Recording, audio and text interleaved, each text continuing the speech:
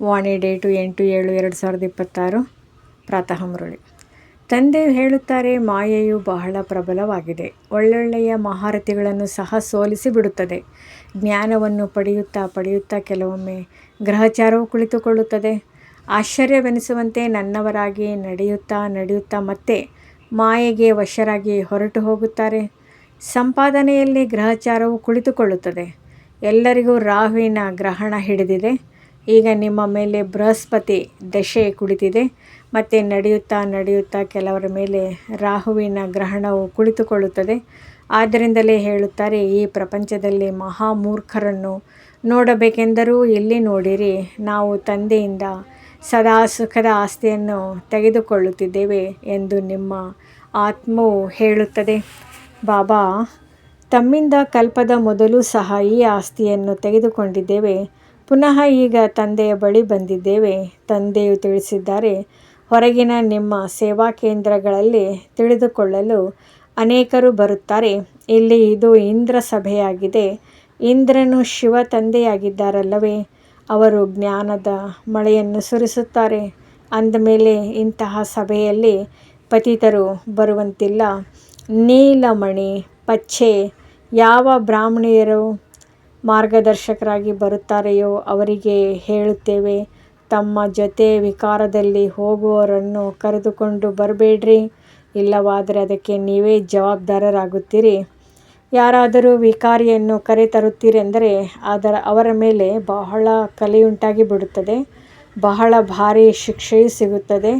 ಬ್ರಾಹ್ಮಣಿಯರ ಮೇಲೆ ಬಹಳ ಜವಾಬ್ದಾರಿ ಇದೆ. ಮಾನಸ ಸರೋವರದಲ್ಲಿ ಸ್ನಾನ ಮಾಡಿದರೆ ದೇವತೆಗಳಾಗಿ ಬಿಡುತ್ತಾರೆ ಎಂದು ಹೇಳುತ್ತಾರೆ. ವಾಸ್ತವದಲ್ಲಿ ಇದು ಜ್ಞಾನ ಮಾನಸ ಸರೋವರವಾಗಿದೆ. ತಂದೆಯು ಮನುಷ್ಯನ ತನುವಿನಲ್ಲಿ ಜ್ಞಾನದ ಮಳೆ ಸುರಿಸುತ್ತಾರೆ. ಜ್ಞಾನ ಸಾಗರನಲ್ಲವೇ? ನೀವು ನದಿಗಳೂ ಆಗಿದ್ದೀರಿ, ಸರೋವರವೂ ಆಗಿದ್ದೀರಿ. ಜ್ಞಾನ ಸಾಗರನು ಇವರಲ್ಲಿ ಕುಳಿತು ಮಕ್ಕಳನ್ನು ಸ್ವರ್ಗದಲ್ಲಿ ಕರೆದುಕೊಂಡು ಹೋಗಲು ಯೋಗ್ಯರನ್ನಾಗಿ ಮಾಡುತ್ತಿದ್ದಾರೆ. ಸ್ವರ್ಗದಲ್ಲಿ ಶ್ರೀ ಲಕ್ಷ್ಮೀ ನಾರಾಯಣರ ರಾಜ್ಯವಿರುತ್ತದೆ. ಇದು ಪ್ರವೃತ್ತಿ ಮಾರ್ಗದ ಗುರಿ ಧ್ಯೇಯವಾಗಿದೆ. ನಾವಿಬ್ಬರು ಜ್ಞಾನ ಚಿತೆಯ ಮೇಲೆ ಕುಳಿತು ಲಕ್ಷ್ಮೀ ನಾರಾಯಣರಾಗುತ್ತೇವೆ ಎಂದು ಹೇಳುತ್ತಾರೆ. ಶ್ರೇಷ್ಠ ಪದವಿಯನ್ನೇ ಪಡೆಯಬೇಕಲ್ಲವೇ? ಆತ್ಮರು ಅರ್ಧ ಕಲ್ಪ ಅಲೆದಾಡುತ್ತಾ ಇರುತ್ತಾರೆ. ಬಾಬಾ ಬಂದು ನಮಗೆ ರಾಜಯೋಗವನ್ನು ಕಲಿಸಿ ಪಾವನರನ್ನಾಗಿ ಮಾಡಿರಿ ಎಂದು ತಂದೆಯು ಸಲಹೆ ನೀಡುತ್ತಾರೆ.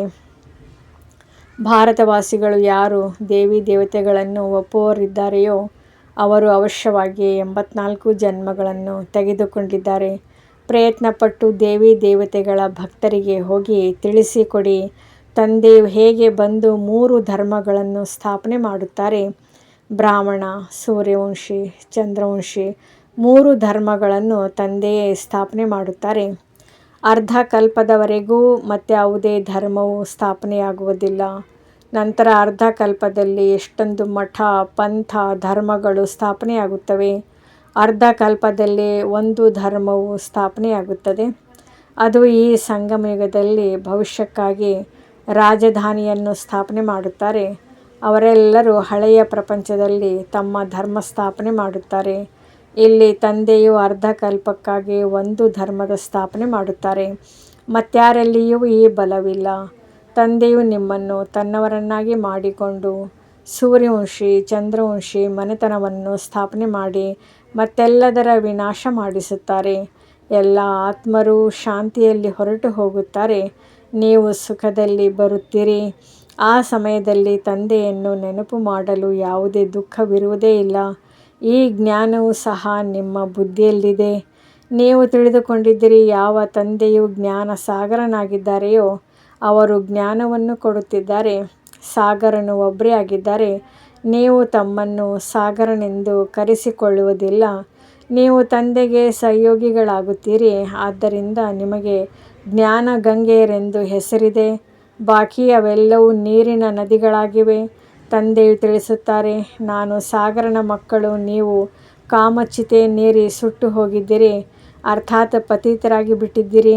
ಈಗ ಪುನಃ ನನ್ನನ್ನು ನೆನಪು ಮಾಡುವುದರಿಂದಲೇ ನೀವು ಪಾವನರಾಗುವಿರಿ.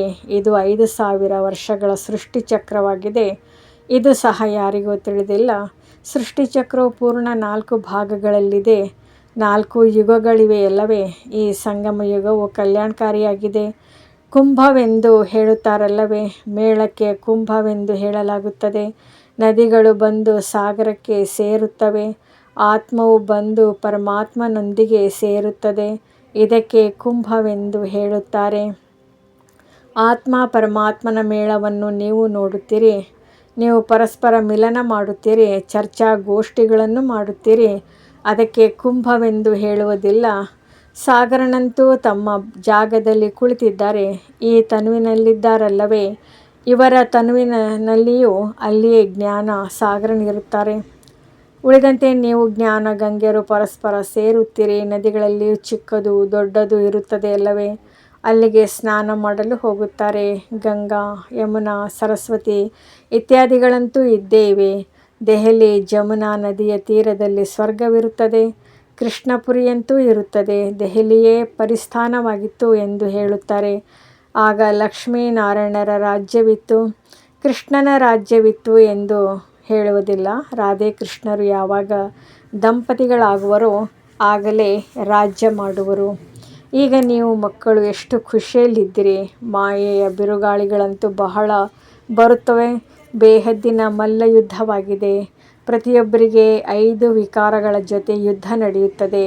ತಂದೆಯನ್ನು ನಿರಂತರ ನೆನಪು ಮಾಡಬೇಕೆಂದು ನಾವು ಬಯಸುತ್ತೇವೆ. ಮಾಯೆಯು ನಮ್ಮ ಯೋಗವನ್ನು ತುಂಡರಿಸಿ ಬಿಡುತ್ತದೆ. ಒಂದು ಆಟವನ್ನು ತೋರಿಸುತ್ತಾರೆ. ಅದರಲ್ಲಿ ಒಂದು ಕಡೆ ಪರಮಾತ್ಮನು ತನ್ನ ಕಡೆ ಎಳೆಯುತ್ತಾರೆ, ಮಾಯೆಯು ತನ್ನ ಕಡೆ ಎಳೆಯುತ್ತಿದೆ. ಹೀಗೆ ಒಂದು ನಾಟಕವನ್ನು ಮಾಡಿದ್ದಾರೆ. ಸಿನಿಮಾದ ಫ್ಯಾಷನ್ ಈಗ ಹೊರಬಂದಿದೆ. ನಿಮಗೆ ಡ್ರಾಮಾನುಸಾರ ಸಿನಿಮಾದ ಬಗ್ಗೆ ತಿಳಿಸಬೇಕಾಗಿತ್ತು. ನಾಟಕದಲ್ಲಂತೂ ಅದಲು ಬದಲಾಗುವ ಸಾಧ್ಯತೆ ಇದೆ. ಇದಂತೂ ಅನಾದಿ ಅವಿನಾಶಿ ನಾಟಕವು ಮಾಡಲ್ಪಟ್ಟಿದೆ. ಮಾಡಲ್ಪಟ್ಟಿರುವುದೇ ನಡೆಯುತ್ತಿದೆ. ಯಾರಾದರೂ ಮರಣ ಹೊಂದಿದರೆ ಅವರದು ಅಷ್ಟೇ ಪಾತ್ರವಿತ್ತು. ನಾವೇಕೆ ಚಿಂತೆ ಮಾಡುವುದು? ಡ್ರಾಮಾ ಪ್ಲ್ಯಾನ್ ಅನುಸಾರ ನಡೆಯುತ್ತಿದೆ. ಡ್ರಾಮಾ ಅಲ್ಲವೇ? ಶರೀರವನ್ನು ಬಿಟ್ಟ ಮೇಲೆ ಪುನಃ ಬರಲು ಸಾಧ್ಯವೇ? ಅಳುವುದರಿಂದೇನು ಲಾಭ? ಇದರ ಹೆಸರೇ ದುಃಖಧಾಮವಾಗಿದೆ. ಸತ್ಯುಗದಲ್ಲಿ ಮೋಹಜೀತ ರಾಜರಿರುತ್ತಾರೆ. ಇದರ ಮೇಲೆ ಒಂದು ಕಥೆ ಇದೆ. ಸತ್ಯುಗದಲ್ಲಿ ಮೋಹದ ಮಾತಿರುವುದಿಲ್ಲ. ಇಲ್ಲಂತೂ ಮನುಷ್ಯರಲ್ಲಿ ಎಷ್ಟೊಂದು ಮೋಹವಿದೆ. ಯಾರಿಗಾದರೂ ಅಳು ಬರದಿದ್ದರೆ ತಾನು ಅಳುತ್ತಾ ಅವರನ್ನು ಅಳುವಂತೆ ಮಾಡಿಬಿಡುತ್ತಾರೆ. ಆದ್ದರಿಂದ ಇವರು ದುಃಖಿಸುತ್ತಿದ್ದಾರೆಂದು ತಿಳಿಯಲಿ, ಇಲ್ಲದಿದ್ದರೆ ನಿಂದನೆಯಾಗುವುದು ಎಂದು ಈ ರೀತಿ ಮಾಡುತ್ತಾರೆ. ಭಾರತದಲ್ಲಿಯೇ ಇವೆಲ್ಲ ಪದ್ಧತಿಗಳಿವೆ. ಭಾರತದಲ್ಲಿಯೇ ಸುಖ, ಭಾರತದಲ್ಲಿಯೇ ದುಃಖವಾಗುತ್ತದೆ. ಭಾರತದಲ್ಲಿ ದೇವಿ ದೇವತೆಗಳ ರಾಜ್ಯ ಮಾಡುತ್ತಿದ್ದರು. ವಿದೇಶಿಗಳು ಹಳೆಯ ಚಿತ್ರಗಳನ್ನು ಬಹಳ ಖುಷಿಯಿಂದ ತೆಗೆದುಕೊಳ್ಳುತ್ತಾರೆ. ಹಳೆಯ ವಸ್ತುಗಳಿಗೆ ಬಹಳ ಮಾನ್ಯತೆ ಇರುತ್ತದೆ. ಎಲ್ಲರಿಗಿಂತ ಹಳಬರಾದ ಶಿವನಂತೂ ಇಲ್ಲಿ ಬಂದಿದ್ದರಲ್ಲವೇ? ಅವರಿಗೆ ಎಷ್ಟೊಂದು ಪೂಜೆ ಮಾಡುತ್ತಾರೆ. ಈಗಂತೂ ಶಿವತಂದೆಯೂ ಬಂದಿದ್ದಾರೆ. ನೀವು ಪೂಜೆ ಮಾಡುವುದಿಲ್ಲ, ಅವರು ಬಂದು ಹೋಗಿದ್ದಾರೆ. ಆದ್ದರಿಂದಲೇ ಅವರ ಪೂಜೆ ಮಾಡುತ್ತಾ ಇರುತ್ತಾರೆ. ಒಳ್ಳೆಯದು. ಮಧುರಾತಿ ಮಧುರ. ಅಗಲಿ ಹೋಗಿ ಮರಳಿ ಸಿಕ್ಕಿರುವ ಮಕ್ಕಳ ಪ್ರತಿ ಮಾತಾಪಿತಾ ಬಾಬ್ದಾದರವರ ನೆನಪು, ಪ್ರೀತಿ ಹಾಗೂ ಸುಪ್ರಭಾತ. ಆತ್ಮಿಕ ಮಕ್ಕಳಿಗೆ ಆತ್ಮಿಕ ತಂದೆಯ ನಮಸ್ತೆ. ಧಾರಣೆಗಾಗಿ ಮುಖ್ಯ ಸಾರ: ಡ್ರಾಮಾದ ಜ್ಞಾನವನ್ನು ಬುದ್ಧಿಯಲ್ಲಿಟ್ಟುಕೊಂಡು ನಿಶ್ಚಿಂತರಾಗಬೇಕಾಗಿದೆ. ಯಾವುದೇ ಪ್ರಕಾರದ ಚಿಂತೆ ಮಾಡಬಾರ್ದು. ಏಕೆಂದರೆ ನಿಮಗೆ ತಿಳಿದಿದೆ, ಮಾಡಲ್ಪಟ್ಟಿರುವುದೇ ನಡೆಯುತ್ತಿದೆ. ನಿರ್ಮೋಹಿಗಳಾಗಬೇಕಾಗಿದೆ. ತಂದೆಯ ಮೂಲಕ ಬೃಹಸ್ಪತಿಯ ದಶೆ ಕುಳಿತಿದೆ ಅಂದಮೇಲೆ ಮತ್ತೆ ರಾಹುವಿನ ಗ್ರಹಣ ಹಿಡಿಯದಂತೆ ಸಂಭಾಲನೆ ಮಾಡಿಕೊಳ್ಳಬೇಕಾಗಿದೆ. ಯಾವುದೇ ಗ್ರಹಚಾರವಿದ್ದರೆ ಅದನ್ನು ಜ್ಞಾನ ದಾನದಿಂದ ಸಮಾಪ್ತಿ ಮಾಡಿಕೊಳ್ಳಬೇಕಾಗಿದೆ. ವರದಾನ: ಸ್ವಯಂನ ಒತ್ತಡದ ಬಗ್ಗೆ ಗಮನ ಕೊಟ್ಟು ವಿಶ್ವದ ಒತ್ತಡವನ್ನು ಸಮಾಪ್ತಿಗೊಳಿಸುವ ವಿಶ್ವ ಕಲ್ಯಾಣಕಾರಿ ಭವ. ಯಾವಾಗ ಅನ್ಯರ ಬಗ್ಗೆ ಹೆಚ್ಚು ಗಮನ ಕೊಡುತ್ತೀರಿ ಆಗ ತಮ್ಮಲ್ಲಿ ಒತ್ತಡ ಉಂಟಾಗುತ್ತದೆ. ಅದರಿಂದ ವಿಸ್ತಾರ ಮಾಡುವುದಕ್ಕೆ ಬದಲಾಗಿ ಸಾರ ರೂಪದಲ್ಲಿ ಸ್ವರೂಪದಲ್ಲಿ ಸ್ಥಿತರಾಗಿ ಬಿಡಿ.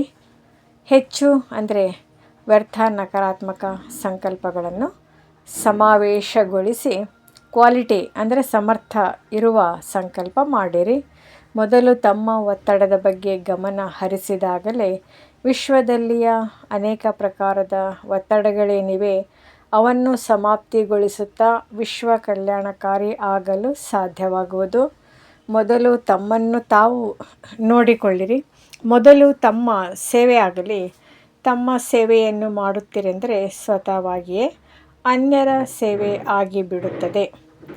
ಸ್ಲೋಗನ್: ಯೋಗದ ಅನುಭೂತಿ ಮಾಡಬೇಕೆಂದರೆ ದೃಢತೆಯ ಶಕ್ತಿಯಿಂದ ಮನಸ್ಸನ್ನು ನಿಯಂತ್ರಣಗೊಳಿಸಿರಿ. ಅವ್ಯಕ್ತ ಸೂಚನೆ: ಜ್ವಾಲಾ ಸ್ವರೂಪ ಸ್ಥಿತಿಯಲ್ಲಿರುತ್ತಾ ಶಕ್ತಿಶಾಲಿ ನೆನಪಿನ ಅನುಭವ ಮಾಡಿ. ಎಷ್ಟು ಸ್ಥಾಪನೆಗೆ ನಿಮಿತ್ತರಾಗಿರುವವರು ಜ್ವಾಲಾರೂಪರಾಗುವರು, ಅಷ್ಟೇ ವಿನಾಶ ಜ್ವಾಲೆ ಪ್ರತ್ಯಕ್ಷವಾಗುವುದು.